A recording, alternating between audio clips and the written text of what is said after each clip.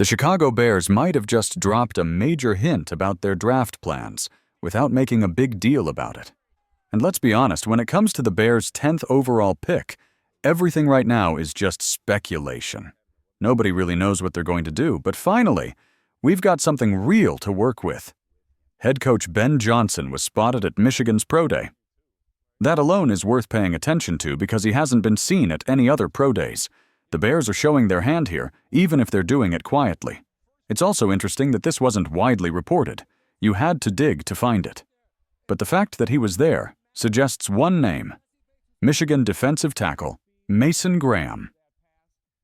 Graham is one of those guys who might fall right into the Bears' lap at number 10. And why? Because some teams get too caught up in nitpicking athletic measurables instead of trusting the tape. Turn it on, and you'll see a guy who wrecks offensive lines. He's relentless, a high-motor player who fits exactly into the kind of defense Dennis Allen likes to build. And speaking of Allen, he was at Michigan's Pro Day too, right alongside Johnson. Michigan has 4 potential first-round picks. When a head coach shows up in person, it's a strong sign of interest.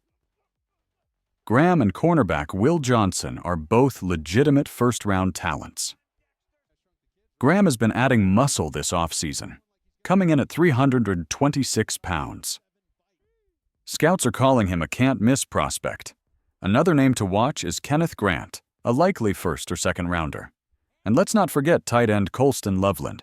He's got the tools to be a big-time player. A lot of people are connecting the Bears to Penn State's Tyler Warren at number 10, and while he's the top tight end in the draft, Loveland isn't far behind. If the Bears want to go that route, he'd be a strong option. But overall, this looks like a defense-first draft for Chicago. They can use their second-rounders and third-round pick to fill needs at running back, tight end, and offensive line. Now, about that offensive line, unless Will Campbell somehow falls, there's not a single O-lineman in this draft worth taking at number 10. That's just the reality. So if the Bears go defense early, they're making the right call. Let's keep this going because there's more to unpack here, especially with Dennis Allen being at that Michigan Pro Day.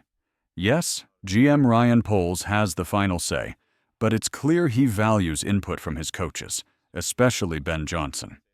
You can see it in the type of players they're bringing to Hallis Hall. The offensive line has been a priority in free agency, with 3 quality additions, and now the focus seems to be shifting toward the defensive front. And here's the thing. Dennis Allen has influence in that building. He believes in building a strong defensive interior. Grady Jarrett? Solid veteran, but let's be real. He's a short-term piece. Allen has a track record of investing early in defensive tackles. Look at New Orleans. He had a hand in drafting Brian Breesy and Sheldon Rankins in the first round. That's why Mason Graham makes so much sense if he's available at number 10. And while we're at it, don't rule out Will Johnson. He's a lockdown press corner, and Allen loves running press coverage. Both guys fit exactly what he wants to do on defense. Now, let's step back and look at Chicago's history with head coaches attending pro days. It matters. In 2021, Matt Nagy was personally watching Justin Fields at Ohio State's pro day. Last year, Matt Eberflus showed up at USC to scout Caleb Williams. Chicago's head coaches don't just show up at random pro days. They go for a reason.